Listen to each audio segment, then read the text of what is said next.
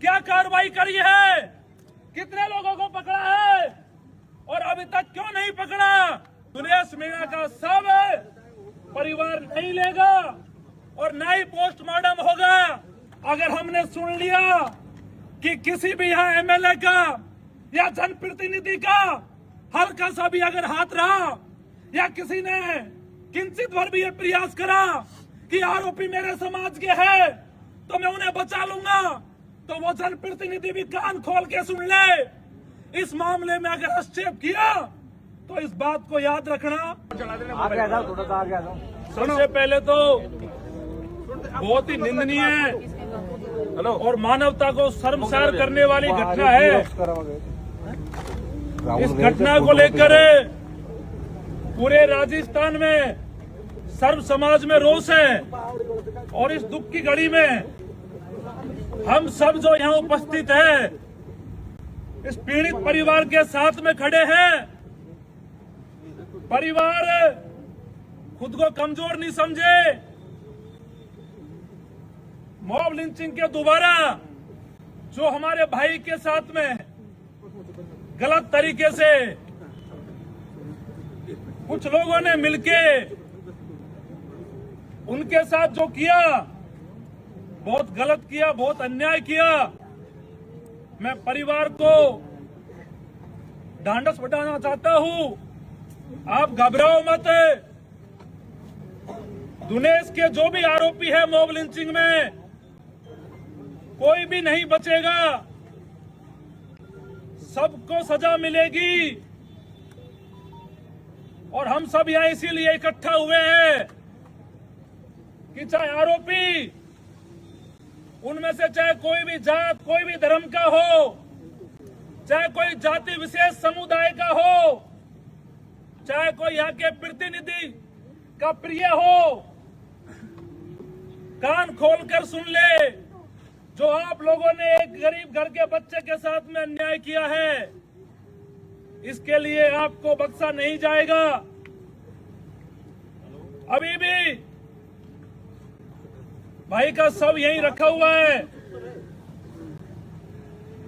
मैं प्रशासन के जो भी यहाँ अधिकारी है उनसे मैं एक बार निवेदन करूंगा कि अगर आप मुझे सुन रहे हो तो एक बार आप यहाँ आइए, चाहे एडिशनल एसपी डिप्टी यहाँ जो भी हो, और एक बार बताइए इस परिवार को, यहाँ के लोगों को कि इस जघन्य अपराध के लिए, इस जघन्य घटना के लिए आपकी पुलिस ने क्या कार्रवाई करी है, कितने लोगों को पकड़ा है और अभी तक क्यों नहीं पकड़ा।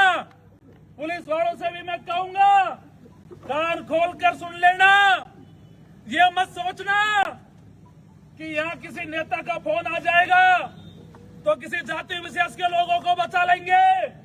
इस घटना में जो भी शामिल है जब तक उन सबको नहीं पकड़ा जाएगा, जब तक दिनेश मीणा का सब परिवार नहीं लेगा और न ही पोस्टमार्टम होगा। पहले उन्हें आप पकड़िए और परिवार के बीच में आके बताइए क्या कार्रवाई आपने करी है। और मेरे तो सुनने में आया है कि आपके पुलिस के कांस्टेबल उस समय मौके पे पहुंच गए, उस भाई को पानी तक नहीं पिला पाए, अस्पताल की जगह उसे थाने ले गए। अगर समय पे उसे इलाज मिल जाता, समय पे उसे पानी मिल जाता तो वो भाई हमारा समाज का आज जिंदा होता, उसकी जान बच जाती। मैं पुलिस के आला अधिकारियों से कहूंगा कि आप चिन्हित करिए कौन वो दो कांस्टेबल थे जो उस समय मौके पे गए थे, घटना स्थल पे गए थे। उनको आप सस्पेंड करने का भी काम कीजिए। ये भी हमारी एक मांग है क्योंकि मानवता के नाते उनको पानी पिलाना चाहिए था लेकिन उन्होंने पानी नहीं पिलाया और वो बच्चा हमारे बीच में नहीं रहा। मैं अगर एडिशनल साहब यहाँ पे है तो एडिशनल साहब आपसे मेरा निवेदन है, आप परिवार के बीच में है, आओ और बताओ, जवाबदेही तय करो, कितनों को पकड़ लिया, बाकी को कब पकड़ोगे और आप आगे कब इसमें कार्रवाई करोगे? और अगर कार्रवाई नहीं कर रहे हो तो कौन से नेता का दबाव है? अगर किसी अपराधी को बचाने में अगर हमने सुन लिया कि किसी भी यहाँ एमएलए का या जनप्रतिनिधि का हल्का सा भी अगर हाथ रहा या किसी ने किंचित भर भी ये प्रयास करा कि आरोपी मेरे समाज के है तो मैं उन्हें बचा लूंगा, तो वो जनप्रतिनिधि भी कान खोल के सुन ले। इस मामले में अगर हस्तक्षेप किया तो इस बात को याद रखना, ये जनसमूह, ये सारे लोग और ये दिनेश मीणा की डेड बॉडी को लेके आपके घर मिलेंगे। दिमाग में कोई गलत फहमी मत पाड़ना।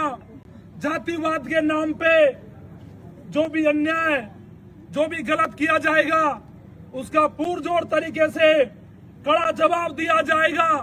ये मत सोचना कि यहाँ के जनप्रतिनिधि है तो हमसे बड़ा कोई नहीं है।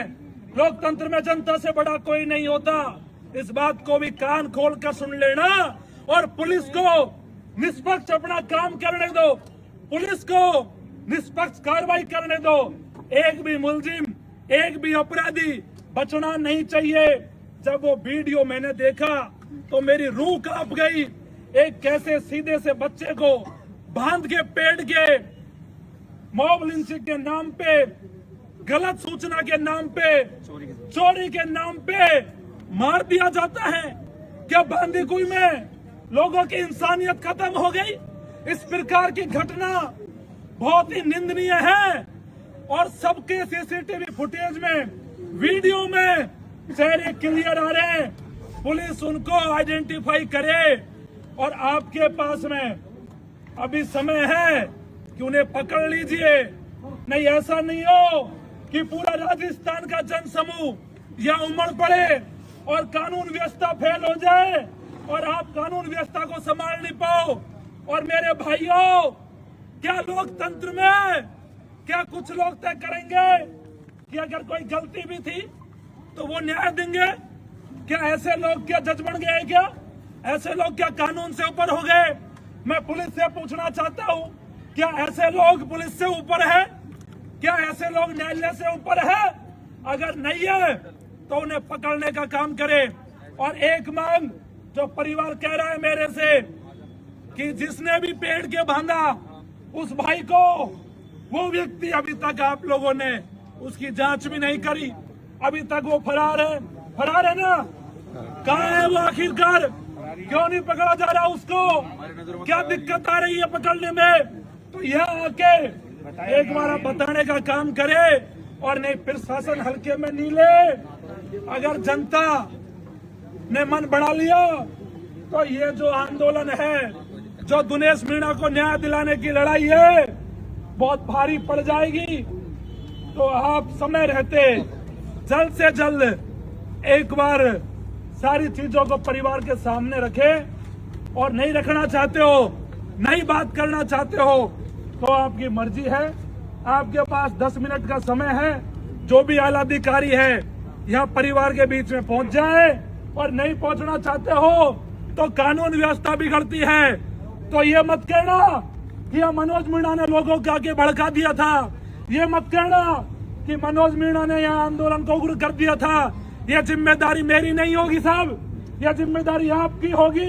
यहाँ बच्चे की माँ, बच्चे की घरवाली, इनके आंसू नहीं रुक रहे और आप कोई कार्रवाई नहीं कर पा रहे। जब तक परिवार को आप संतुष्ट नहीं करोगे, आप किसी भी कोने में घुस जाओ, किसी भी नेता से बात कर लो, जब तक कोई सहमति नहीं बनेगी, जब तक परिवार तैयार नहीं होगा सहमति पे मेरे भाइयों, और परिवार की जो भी मांगे रहेंगी उन सब को लेकर पुलिस प्रशासन, आला अधिकारियों को सहमत करना पड़ेगा।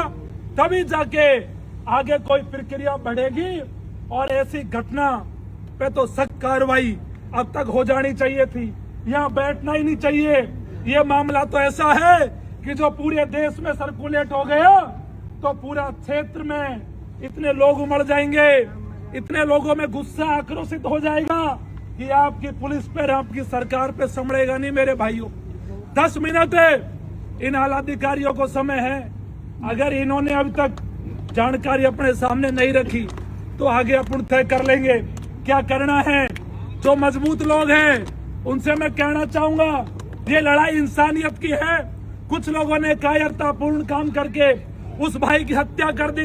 ऐसे कायर लोगों को जीने का कोई अधिकार नहीं है। देश में कानून का राज है, कोई जंगल राज नहीं है।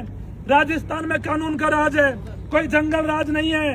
मैं आप सब भाइयों से कहूंगा कि आप मजबूती से डटे रहो, मजबूती से खड़े रहो और इस गरीब परिवार की, इस पीड़ित परिवार की ढाल बनने का काम करो। मैं भरोसा दिलाता हूँ आप लोगों से, अगर आप लोगों में इंसानियत जिंदा रही, आप लोग मजबूत रहे, तो सारे अपराधी भी पकड़े जाएंगे और सब सलाखों के पीछे होंगे और इस भाई को न्याय मिलेगा। अगर आज इस लड़ाई को आप छोड़ के चले गए तो आप समझ लेना कि बांदीकुई के क्षेत्रीय लोगों में इंसानियत मर चुकी है, इंसानियत खत्म हो चुकी है। ये लड़ाई इंसानियत से ऊपर की है, न्याय दिलाने की है। तो हमारा इंतजार है कि प्रशासन एक बार परिवार के बीच में बताए क्या कार्रवाई हुई, क्या करेंगे। और जितने भी मेरे लोग यहाँ पे हैं, आप लोगों से निवेदन है, सबको बुलाओ, सबसे बात करो। अस्पताल के बाहर जो भी हमारे लोग हैं यहाँ पहुंचे मेरे भाइयों।